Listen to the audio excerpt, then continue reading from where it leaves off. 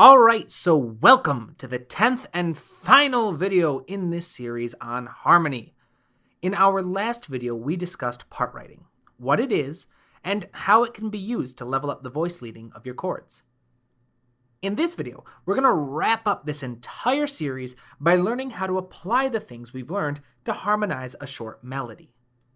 Before we get started, I want to thank my incredible patrons for their support of this channel. I wouldn't be able to spend as much time on these videos as I do if it weren't for your support, and I appreciate each and every one of you. A special shout out goes to my newest patrons, Hector Cortez and Yoshiaki Tsuzuki. If you're interested in becoming a patron, the link is in the description of this video. All proceeds go towards helping me to make tuition payments for school. So with that, let's get started. Here we have a short 8-bar melody that I wrote in the key of C major.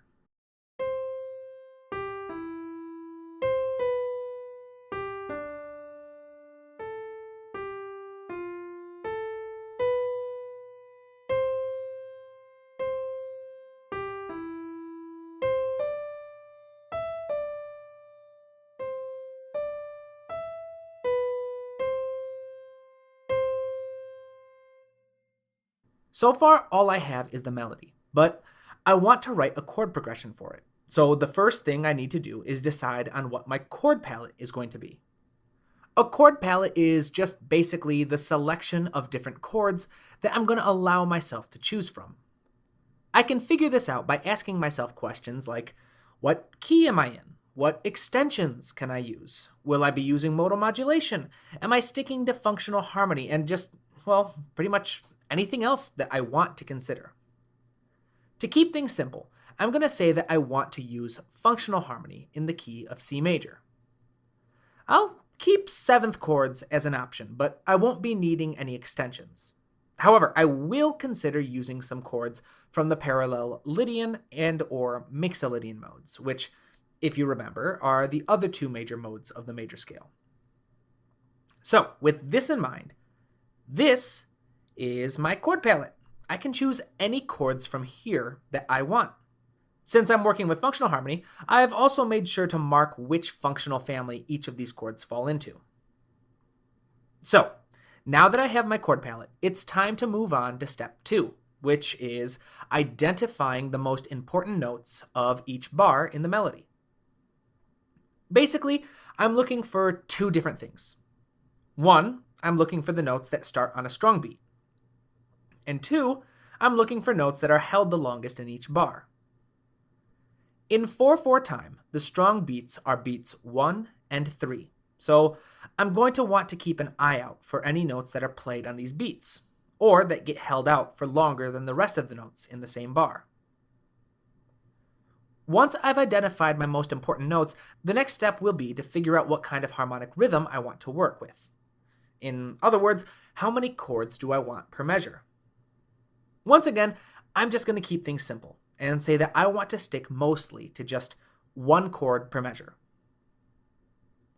Now I'm almost ready to start picking chords, but first I'm going to remind myself of what functional pattern my chords are going to follow. I mean, this is functional harmony after all, so I want to make sure that I follow a strong, weak pattern for most of the piece.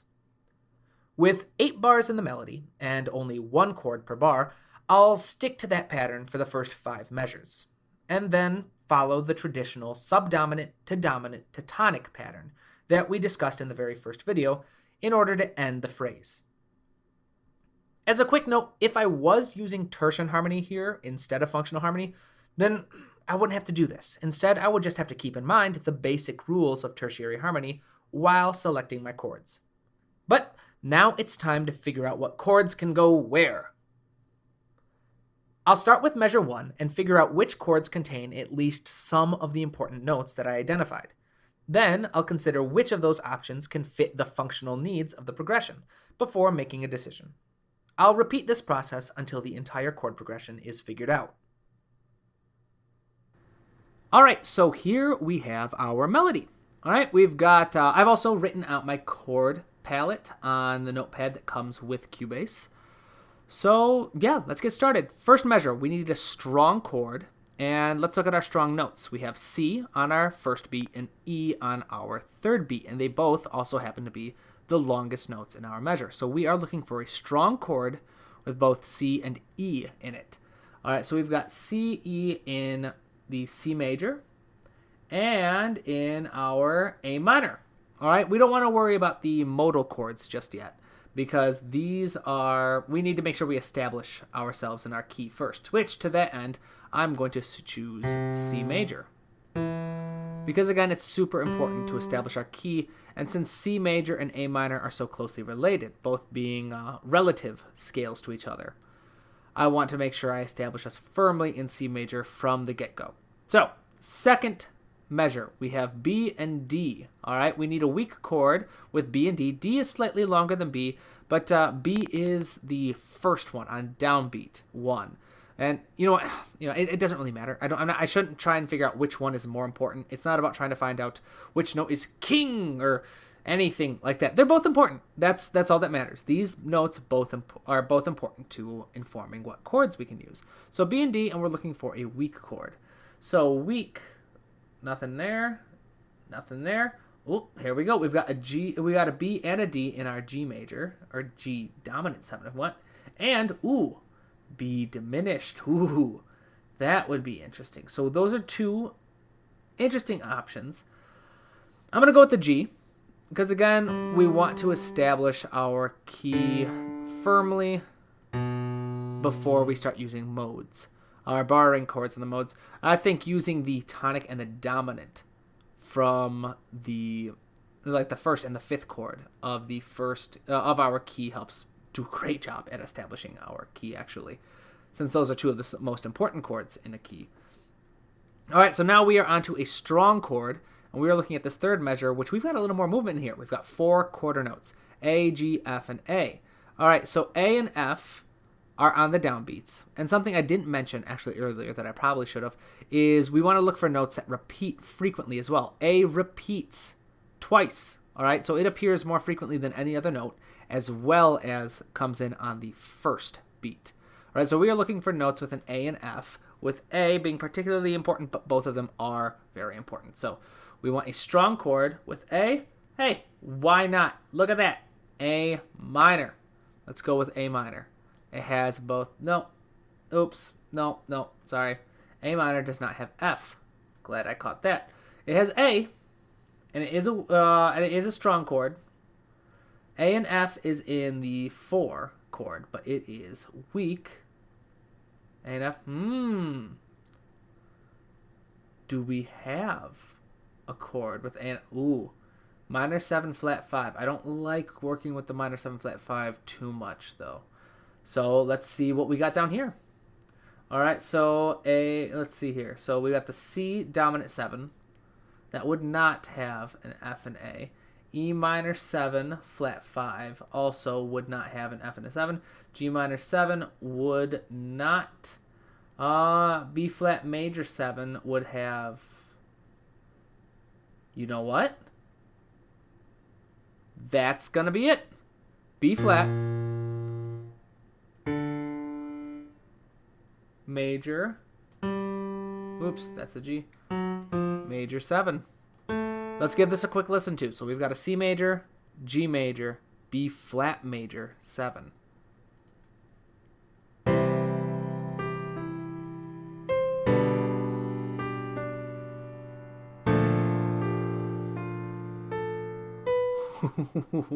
That is a very crunchy sound. The reason why it has such a crunchy sound is because of this.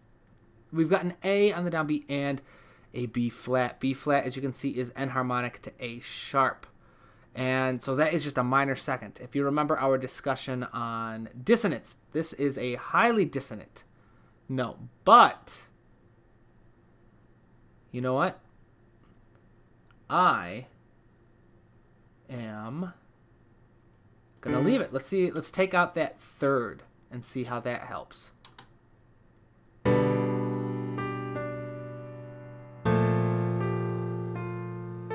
Ooh, yeah, I like that. All right, so the third, we remove the third to add a little more space in there. We'll have to find out which note we're going to double. Maybe I'll put that third back in there. We'll play around with it. We'll see. I'm going to leave it there. I'm going to mute it just so we know what note goes there. And I'll tackle that with the voice leading later. But I do like the way that sounds. It's crunchy and unexpected, but I like it. All right, so B and C. So we got strong, weak, strong, weak. Let's find a weak chord with a B and C in it. So the B is on the first beat, C is on the third. This is going to be tricky. These are just a half step apart from each other. So right off the bat, C major 7 would fit this bill. It's got a C and a B in it. But that's a strong chord. All right. And we're looking for a weak one, though we might have to change our strategy, which is okay. That happens. All right. So C, E, G, B. All right. So let's see here. Anything else with a B and a C? No. Let's see. So the weak chords, let's see what we have in terms of having a B, though, on our weak chords. All right. Nothing there. We do have the G. So here's the thing. I could change the strategy. I could, instead of going strong, weak, I could go tonic, subdominant, dominant, tonic, subdominant, dominant, tonic, which the 1, 3, and 6 chords, if you remember, count as tonic, with the 2, the 4 being subdominant, and the 5 being dominant. The 6 is subdominant or dominant, depending on who you ask. There's different arguments for it in either case. We haven't really paid too much attention to that since it's just used as weak, but it could be used in either situation for this case. So which case would I want to go with? Let's give it a try first, because another strategy, if we want to keep with a strong, weak, is we can now start assigning priority to certain notes, in which case the 1 and 3 are both strong beats, but 1 is stronger than 3. So we could just try come back to our G major. Let's give that a listen to, see how that sounds.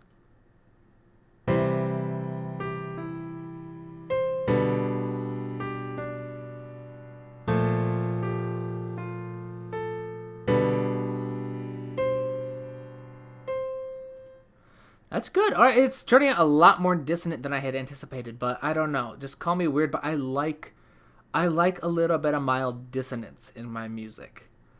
All right, so now let's see here. C, G, E. We're going back to the strong chord.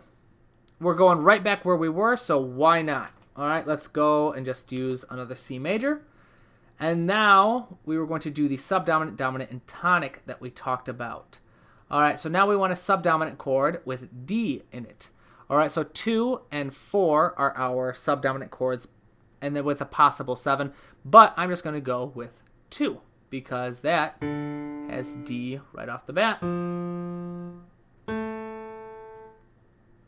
And then, let's see. So now we have our dominant, C, D, E, B.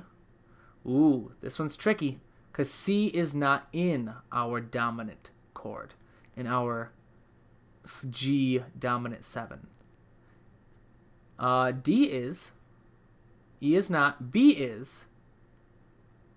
So, but C does fit over this chord. So I wonder, what if we held this chord over for one last...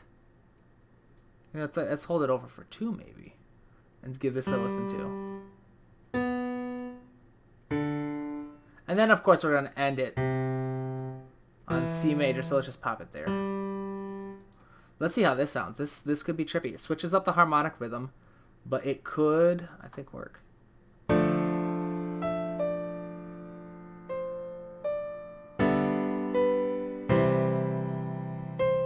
I kind of like that. I kind of like that. Let's listen to the whole thing together real quick before we finalize it.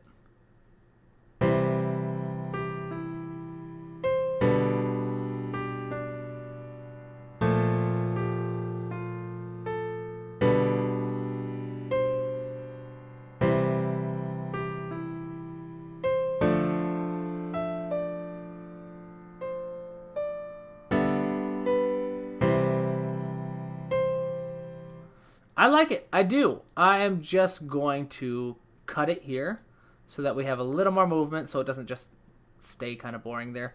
But yeah, and there we go. I am going to very quickly, I'm going to exit out of that.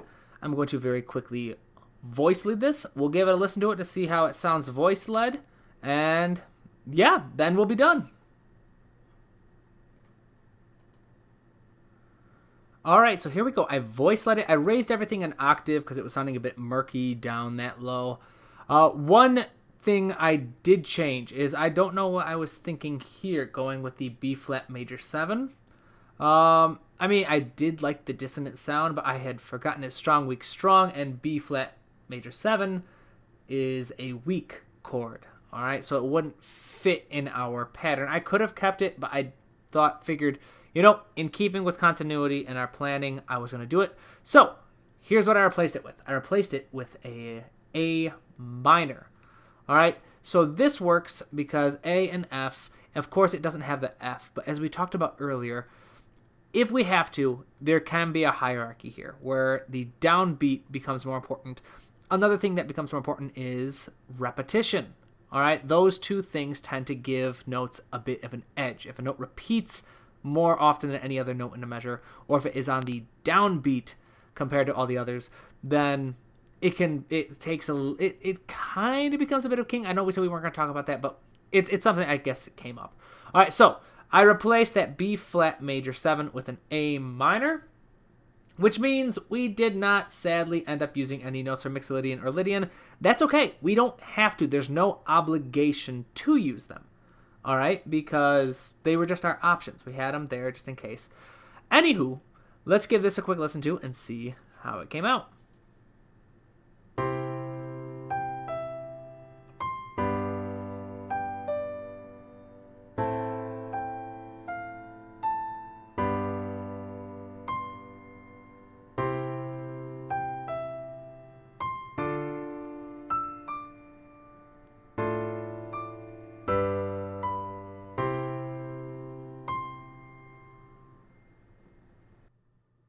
And that brings us to the end of our very last video in this series. I honestly can't believe it's already over.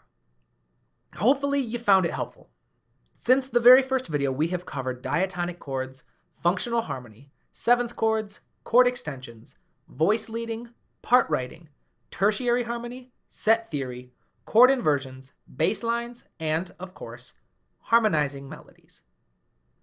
If you studied these videos carefully and worked hard to apply the things you learned, then you should now have a very strong foundation in the basics of harmony, and this will serve you really well in your composing career.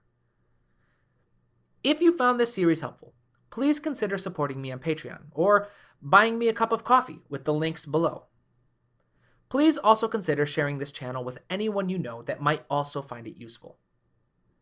I want to thank my incredible patrons one more time for their support through this entire series. It's honestly been an incredible journey watching this community just grow over the course of these past 10 videos, and I can't express how much your support means to me. I also want to thank each of you who have watched these videos and expressed your support for my work. Your wonderful comments, your messages, and your emails they mean the world to me and keep me excited to keep creating new content. I cannot wait to start the series on melody in 2 weeks. So with that, keep studying, keep working hard, and keep writing new music.